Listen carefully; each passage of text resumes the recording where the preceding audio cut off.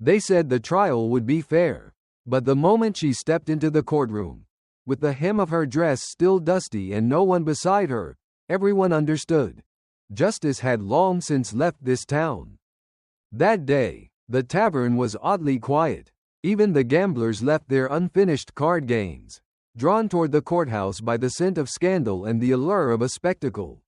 A poor, quiet, friendless maid was being tried for murder. It wasn't the crime that drew the crowd, but the girl's identity. Or more precisely, her lack of one. She had no husband to speak for her, no father to defend her name. She didn't even have a name that stuck.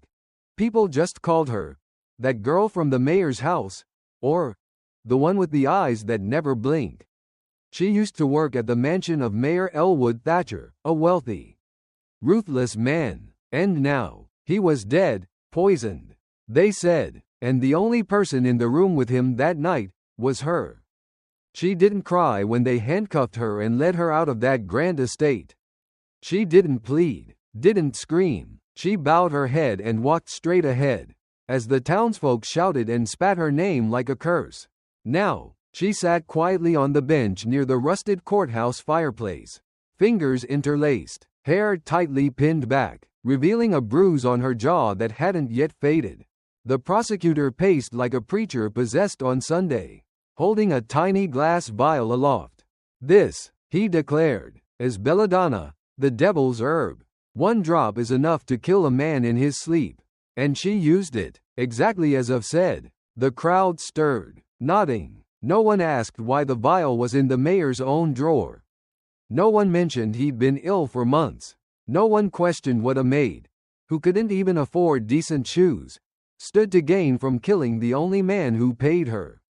The judge, a longtime friend of the deceased, wore a face caught between loyalty and duty, but it leaned heavily toward loyalty. The court-appointed defense attorney barely spoke all morning, wiping his brow and clearing his throat. He finally stood, voice barely audible. "Ladies and gentlemen, I believe there is no clear evidence." "That'll do," the judge interrupted flatly. "You may sit." A few in the gallery chuckled. The girl did not. Her eyes slowly scanned the courtroom, not in search of help, but as if measuring just how cruel people could be when they had nothing left to lose. The old pie seller looked away. The stable boy who once smiled at her now avoided her gaze. Even the sheriff, who once asked if she needed protection from her boss, now stood by the door, as though her guilt was already decided. The jury didn't deliberate. They didn't need to. Everyone already had their version of the truth, and in none of those versions did anyone stand with mercy. The gavel slammed down. The judge called a recess before announcing the verdict. She was led away through the back hallway. No resistance. Across town, in the shadowy corner of an empty tavern, a man sat. His coat was layered with gray dust, and a heavy revolver hung from his side. He hadn't touched the whiskey in front of him since dawn. And when the echo of the courthouse gavel reached the slanted roofs of Hollow Rock, he stood up. They called it justice, but to him, it looked more like a cheap play. When the trial resumed after lunch, the townsfolk returned to their seats, carrying fans and snacks as if attending a theater performance in a baleen. But there was no music here, only the slow unraveling of a life no one had cared to remember. She was led into the courtroom again, the clink of her shackles sounding like wind chimes in a storm. Her face was pale, unreadable. She hadn't spoken a single word since her arrest. The prosecutor continued as though stoking a bonfire. He painted her as a bitter, discarded servant, twisted by resentment, filled with jealousy after being scorned by her employer. He described her as the kind of woman who listened in silence and never spoke out. She didn't even cry when he died. Right there in her arms, he shouted. "Who doesn't cry when their employer dies?" Someone whispered in the crowd. "The guilty," another answered. No one asked how a maid making $2 a week could afford poison. No one questioned why the mayor's will had been hastily rewritten a week before his death, leaving everything to an unnamed beneficiary, rather than his estranged sons. The defense attorney said little. He knew words wouldn't matter here. When he finally rose, his voice was barely a murmur of shame. There's no direct evidence. It could have been heart disease. Sit down, Mr. Blackwell, the judge snapped. We are not here for speculation. The girl didn't blink. She was used to silence. Her mother died in childbirth. Her father drank himself to death before she turned 12. Since then, life had taught her how to disappear, to walk softly, speak less, and only smile when forced. She had lived in 5 houses before ending up at the Thatchers', each one crueler than the last, and Thatcher was no exception. He called her girl, even when she'd grown. His hands wandered where they shouldn't. Once, he beat her for breaking a porcelain plate, then paid her extra the next day, calling it compensation. In public, he was a pillar. Behind doors, he was poison, and she was the liar. She had once thought of running away. But where to? Who would believe her? Who would take the word of a servant girl against Mayor Elwood Thatcher? No one. He arrived late, but not too late. Just as the court prepared to deliver its verdict, the last wooden door creaked open. The man walked in, dust on his coat from the road, hat pulled low, and eyes that didn't flinch at injustice. He wasn't in a rush. He didn't push, but with each step he took forward, the air in the room seemed to slow. Some recognized him, a man from outside town, a former soldier. Some said he was an old blacksmith. Others whispered he had once loved a maid who died of tuberculosis. But no one knew for sure. One thing was certain. He knew that girl. Knew her better than anyone else sitting there, watching a verdict already written. Stop the court, he said, his voice low and cracked like dry earth, but louder than the judge's gavel. The entire room froze. The judge scowled and banged the gavel. Who are you? This is not an open floor for interruptions. I'm a witness, the man said, and if you ignore what I have to say, this isn't a courtroom, it's an execution. A murmur swept through the crowd. The prosecutor gave a dry chuckle. What's your story? A romantic tale with the maid? A dream where someone else is the killer? No, he answered. I came to tell you the truth. He pulled from his coat a small, weathered notebook, worn at the edges, wrapped in a faded brown cover. Each page held slanted handwriting, the kind of writing that came from someone who had lived too long in silence. It was her journal. He hadn't taken it for evidence, but to remember she had once lived, once thought, once felt, when the whole town had treated her like a shadow. I saw him put the poison in his own drink, the man said. I used to work in the wine cellar. I know that belladonna. No one in the house had access to it but him. He used it for joint pain, prescribed in small doses. But one night, I saw him slide the bottle into the drawer, like a man who knew death was coming. And he wrote his will. The courtroom held its breath. Why? The judge asked, his voice dry. Because he had nothing left. His sons had turned away. The illness was in his bones. He chose his exit, but he wanted to leave someone behind to bear the curse. All eyes turned to the girl, still sitting in silence. She didn't nod. She didn't cry. The man stepped slowly toward her and knelt down. They never said your name, but I will. Mercy, the name you deserve. He turned back to the court. If you convict an innocent soul today, don't call this justice. Call it what it is, cowardice. No one laughed. The prosecutor scrambled to object, but his voice wavered. The judge, after a long pause, ordered a delay in sentencing, to review the new information. That day, the whole town of Hollow Rock held its breath.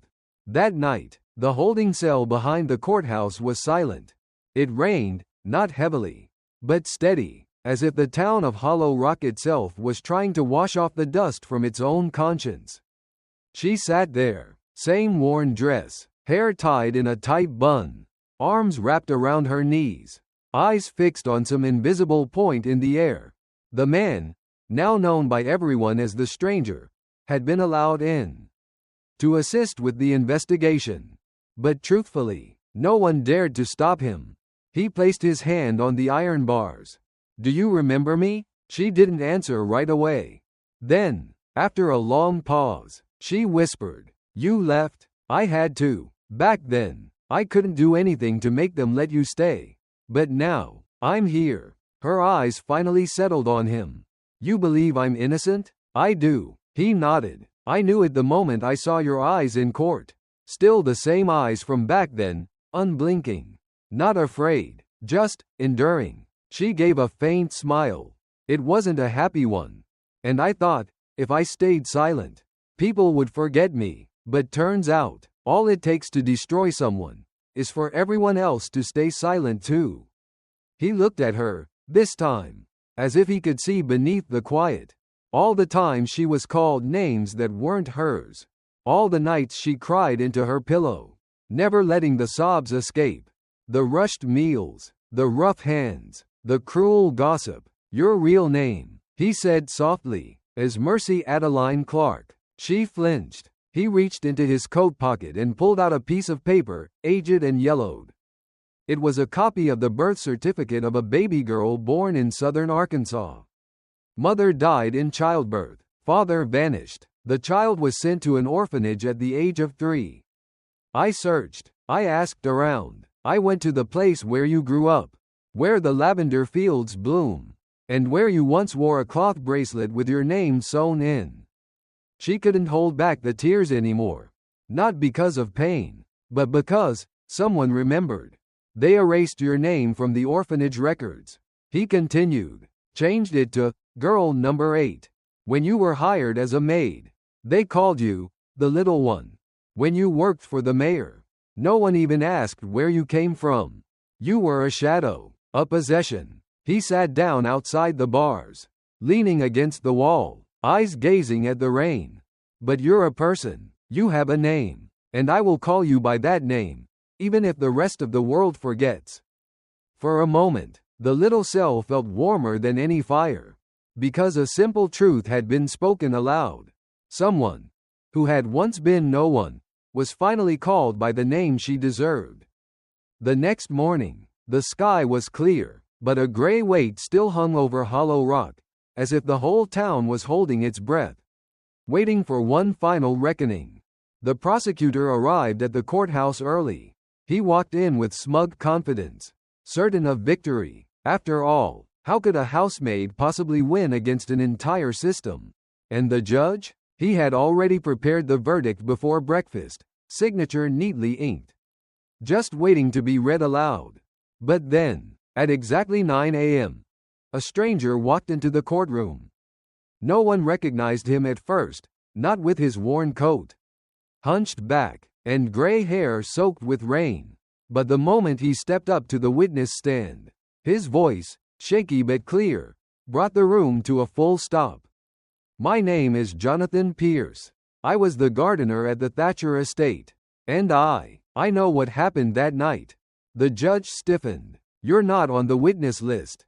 This court does not. I disappeared 3 months ago, after I was dismissed for no reason. But now I'm back, because I can't live another day with what I know. He looked over at Mercy, then turned to the prosecutor. I saw Mr. Thatcher put the belladonna into his own tea. It was his usual blend, what he used to drink on sleepless nights. He told me not to worry, said it was a small dose, something an Eastern doctor had recommended for deeper sleep. A wave of murmurs spread through the courtroom, but I heard him arguing, loudly, on the night he died. And it wasn't with Miss Mercy. It was with his eldest son, Henry Thatcher. The courtroom gasped. Henry, the disowned son, known for gambling and reckless habits, would have inherited everything, had the will not been changed. I saw Henry leave the house around midnight. Jonathan continued. I wanted to speak up, but before I could, I was dismissed the next morning by the butler.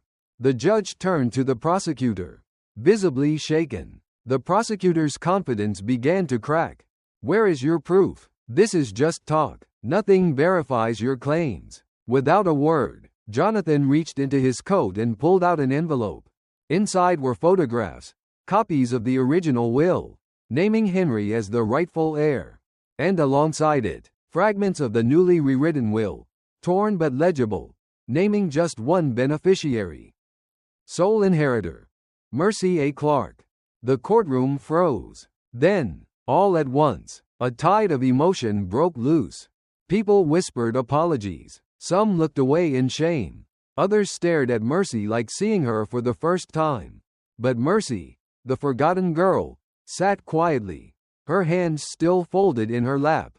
Only her eyes, for the very first time, shimmered with something like hope. The courtroom was so silent. Even the walls seemed to be listening. Wind slipped through the cracked window, carrying the scent of rain-soaked earth, and a quiet unease that crept into every breath. The judge stood, his eyes sweeping across the room. His usually stern face now revealed subtle cracks, not from the evidence, but from shame. "This court requires time to reassess the case," he said, voice low, "and will postpone sentencing until the new witness testimony is fully investigated." A soft breath of relief rippled somewhere through the gallery. Mercy lifted her head. The emptiness in her eyes flickered with the faintest trace of light. But then, something unexpected happened. The courtroom door slammed open once more. A tall, broad-shouldered man, face ashen with exhaustion, stepped inside. It was Henry Thatcher. He walked to the center of the room. No one stopped him. He looked directly at the judge. "I wasn't planning to return," he said, "but I heard about the trial, and I'm tired of pretending." No one moved. Henry reached into his coat pocket and pulled out a ring. "This ring belonged to my father. He always wore it, but that night, after our argument, he handed it to me. He told me to let things end quietly. But I left. I never came back, until I heard he died." His voice caught, throat thick. "I didn't kill him, but I know he chose to end it all. And I let it happen. I let her, an innocent woman, become the one they sacrificed." There was nothing left to say. The judge remained silent for a moment. Then he rose, eyes on Mercy. "Miss Clark, this court formally withdraws all charges. You are free to go."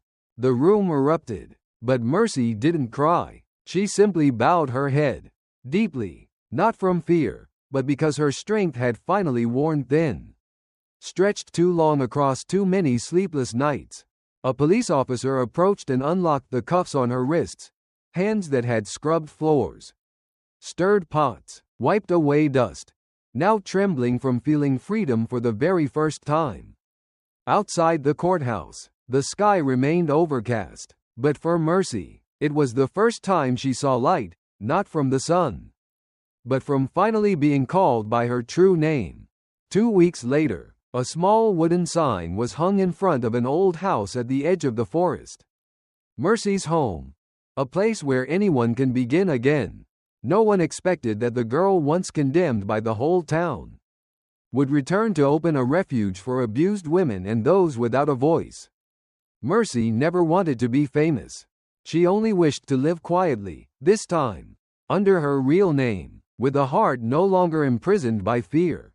And Hollow Rock, the town that once pushed her to the edge, had now become the first place to recognize. Sometimes, justice doesn't come from swords or scales. It comes from the first look we give another human being.